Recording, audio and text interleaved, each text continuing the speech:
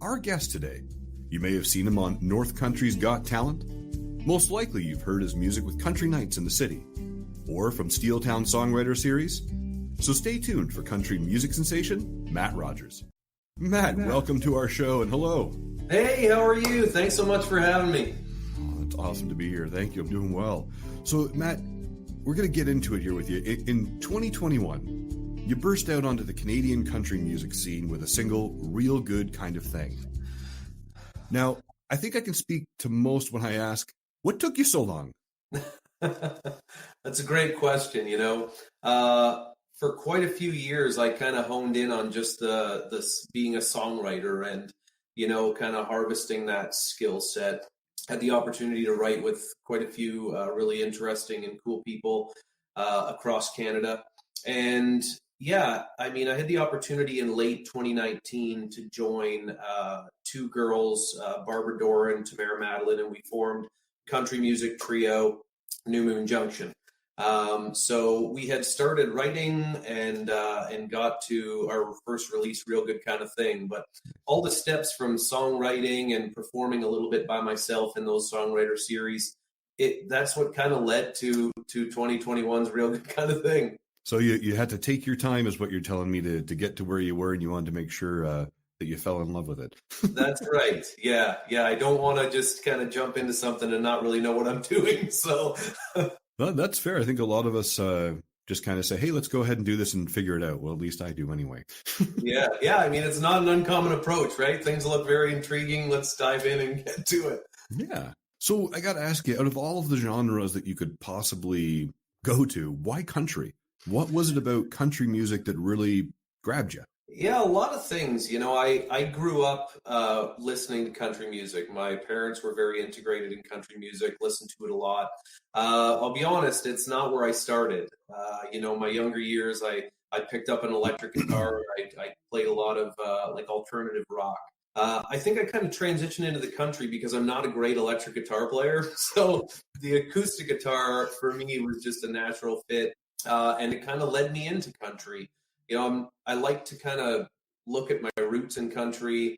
I would think that my sound is more of a 90s kind of country feel, right? It's not too modern of the stuff you hear today, but it's not the totally old school kind of country that I grew up on. It's kind of that mixture of both that I really am just passionate and love. And also country music is a very storytelling type of genre, which I'm just all about. So nice. Now, I noticed there's not a lot of country twang in some of the songs that you've done. Is it because you're still learning how to pick up the banjo, or is that something that just sticking to acoustic for you?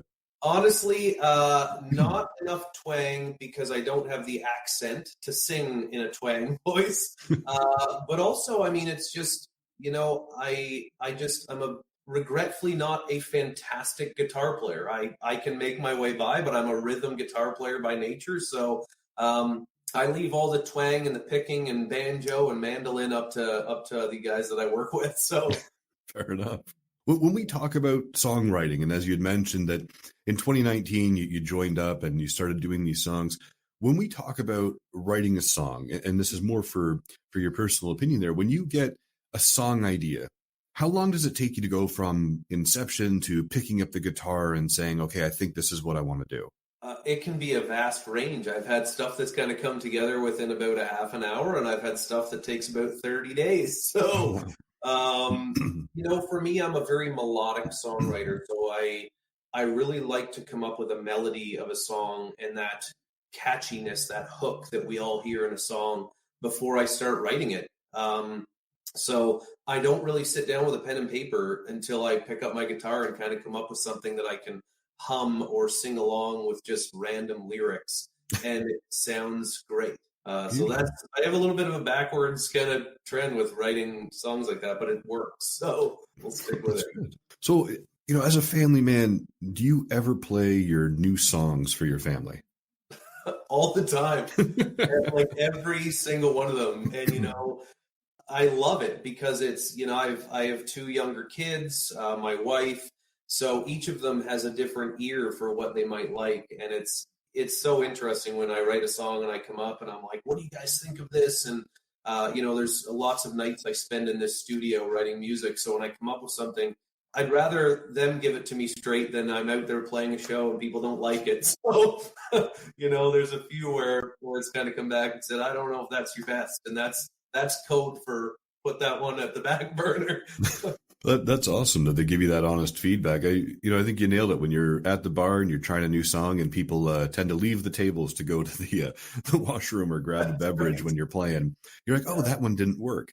But yeah, when your kids turn around and say, hey, Dad, that was just okay. Yeah, that's right. So I value their feedback before anyone. So it's great. Beautiful. Now, at one point earlier, we were talking about you joined up with these two lovely ladies at New Moon Junction. And you created 3 new singles, but now you're doing your own solo path. So again, I'm going to kind of ask the same question. What took you so long to be a solo careerist here, but what are the advantages and disadvantages of being on your own versus being with a band? Yeah, I think a lot of what I like about doing things on my own is just and I don't mean this at all disrespectfully, it's at my own schedule, right? Okay. So I'm not a full-time musician, unfortunately. So I have a day job. I have a family that I value spending time with. So just being a solo artist is a little bit more on my own schedule, which I really enjoy. And I think that's probably one of the biggest things is I set my own schedule. My family can be more involved in it. We do a little bit of traveling together for it. So, there was nothing. New Moon Junction was fantastic. And they've had a new member join, and they're going to continue on doing what they're doing, which is great. I wish them nothing but the best. But I just needed to kind of take a step back and look at me and what I value and what I wanted. And I think this new solo journey is going to be a good one. So beautiful. Now, as a singer-songwriter, and we touched about how you're a rhythm guitar player by nature, is there an instrument that you just say, one day I'm going to grab that, and that's going to be the song? Oh boy. I would honestly like to, if I could just pick up one instrument and go with it, it would be the drums. I can tap my foot like there's no tomorrow, and that's what gets me through songwriting. But the actual, to be a percussionist or a drummer, that would be one thing I would just, that'd be a dream, but that's a lot of work. Do you think in your professional opinion, if you said, hey, I'm going to pick up the drumsticks tomorrow and do this, do you think that you could do a solo country song just on the drums? Yes. Yes. Yeah, that's a good challenge. It's a good challenge. Well, that'd be really neat to see. I'm going to challenge you to it. I think you got to go buy one of those drum kits now. That's it. I'm just going to go get a drum kit and just start to write a country song with nothing but a beat. Now, you have a new single out, and it's definitely one that people are going to want to hear. And, I'm going to ask you, can you play that new single for us? I'd love to. Yeah. So this is the new single dropped last Friday called Crazy, and it goes a little something like this.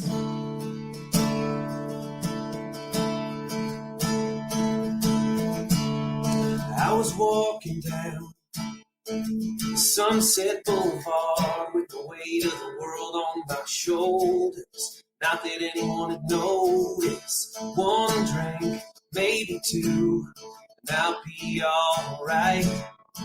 So I saw you standing on stage under neon lights. You were singing my song, and you didn't know it. You were telling my story with every word, and I was going a little bit crazy for you, baby. Hanging on every word you sang. Going a little bit crazy for you, baby. And I don't even know your name, but that won't stop me now. 'Cause I've never felt this kind of crazy.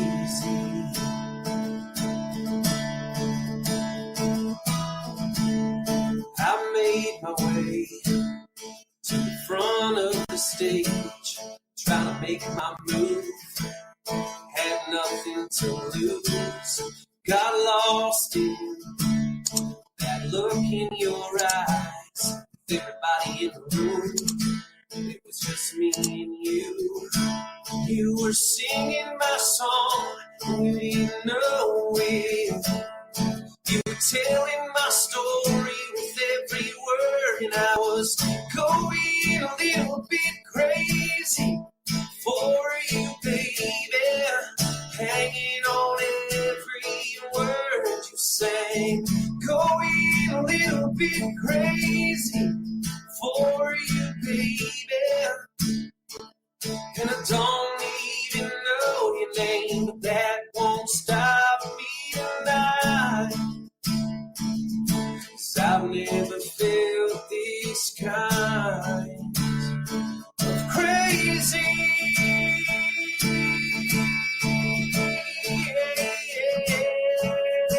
No, no.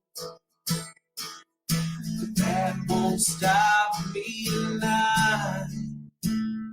I was going a little bit crazy for you, baby. Hanging on every word you sang. Going a little bit crazy for you, baby. And I don't even know your name, but that won't stop me tonight. 'Cause I've never felt this kind of crazy. Wow, Matt. That's a great song. And again, I'm going to ask you, what the heck took you so long? Yeah, I know it's taken a while, but I'm here and I'm here to play, so that's it.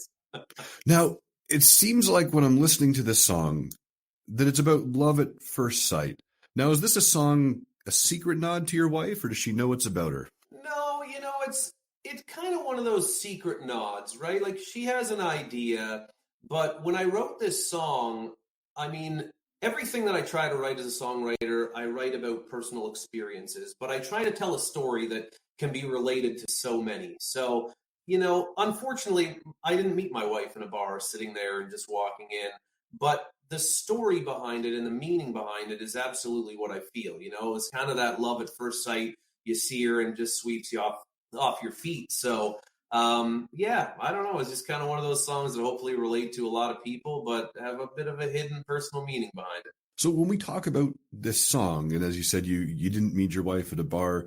When we talk about the idea and the inception of the song, I'm going to ask you, where did you meet your wife? I actually met my wife when we were teenagers and we were working together. So it stems back that long.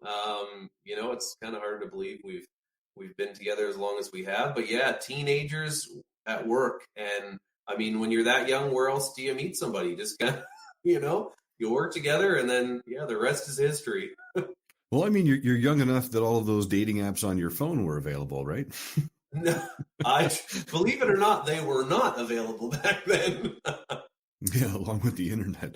It's weird when we talk about going back in time and meeting our significant others and partners. And, now it's almost people are afraid to get out there and make those mistakes and get that type of rejection. But I mean, that's the advancement with technology, I guess. That's right. Yeah, that's the upside of technology is that it eliminates the face-to-face downfalls that could happen. But It's fabulous.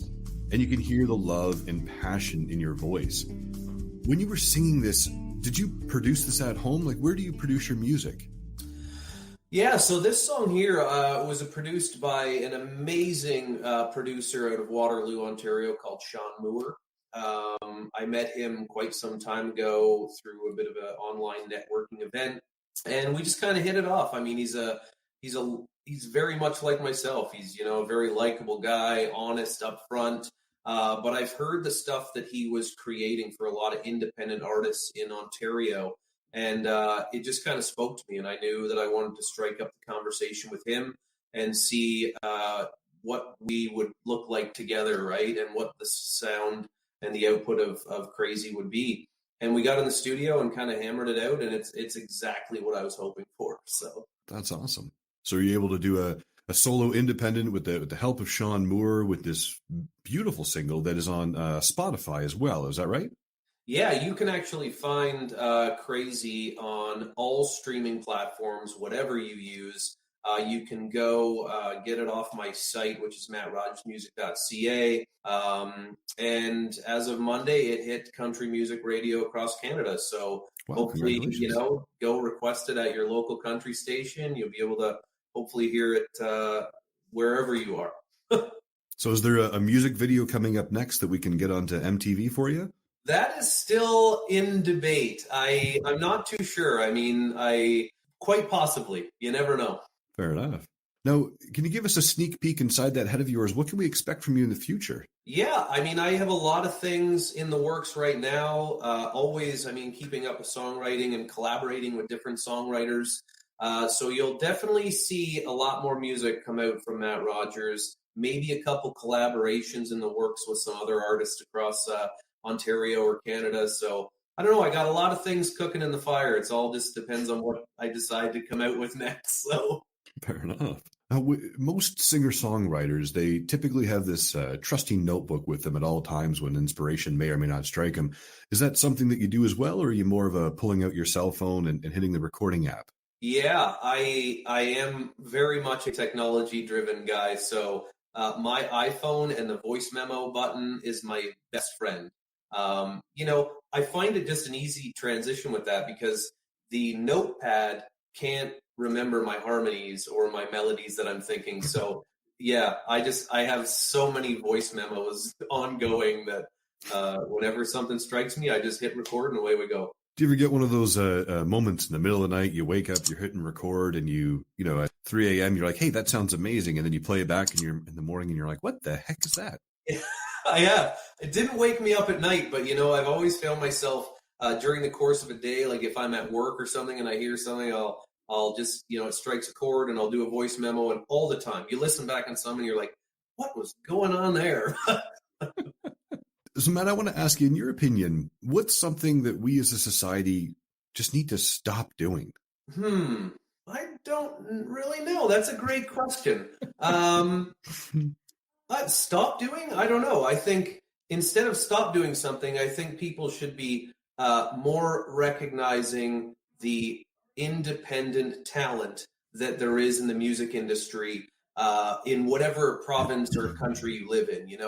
We tend to listen to the radio or put on our favorite Apple playlist, and it's primarily all those big names that we see out in the world, which is fantastic. But there is so much talent out there, that there just needs to be highlighted. So if I could say, don't be narrow enough just to segment yourself into the most popular music that you hear. Expand your portfolio of music into a lot of independent artists. So, I mean, you kind of pointed at people load up their app and they hit their favorite person or their favorite group and away they go. What are some resources, if you know any, where people can learn more about independent music? Yeah, I mean, it's great whenever you, first and foremost, a lot of independent music that's being put out there, in most cases, is available at your local radio station. So call in and request those songs. In order to find the songs, I mean, go into your Spotify, Amazon, Apple Music, and look at more, indie playlists that they have, which highlight a lot more of those independent artists that may not have a label or, a backing of, money behind them to be able to do what they love. So there's a lot of different avenues you can find it. You just kind of got to look for it. It sounds like a lot of work, Matt. I hope there's an app to help me out. Yes. So what words of advice or encouragement would you give to those fellow singer-songwriters out there that have yet to make it or yet to break out on their own with that level of confidence that Matt Rogers has? Yeah, I mean, my piece of advice, because I give it to myself every day, is don't set your goals too high, right? Like we love writing music, we love playing music as independent artists. Just do what you love. And if you put hard work and dedication into it, something will come of it. But if you set your goals too high, and you might just find yourself disappointed. And that's one thing, like truly what I do for myself is I always just believe the outcome will be what it'll be. And if I put in the time and the hard work And nowadays, people are posting on social media and this, that, and the other for visibility. If you put the time into that, then something good will come of it, right? But if I was to set my goals too high and never be able to achieve that, it sometimes can be a little draining. It's kind of like building a roof without a house to put it on. That's right. Yeah. And where can people learn more about you, Matt?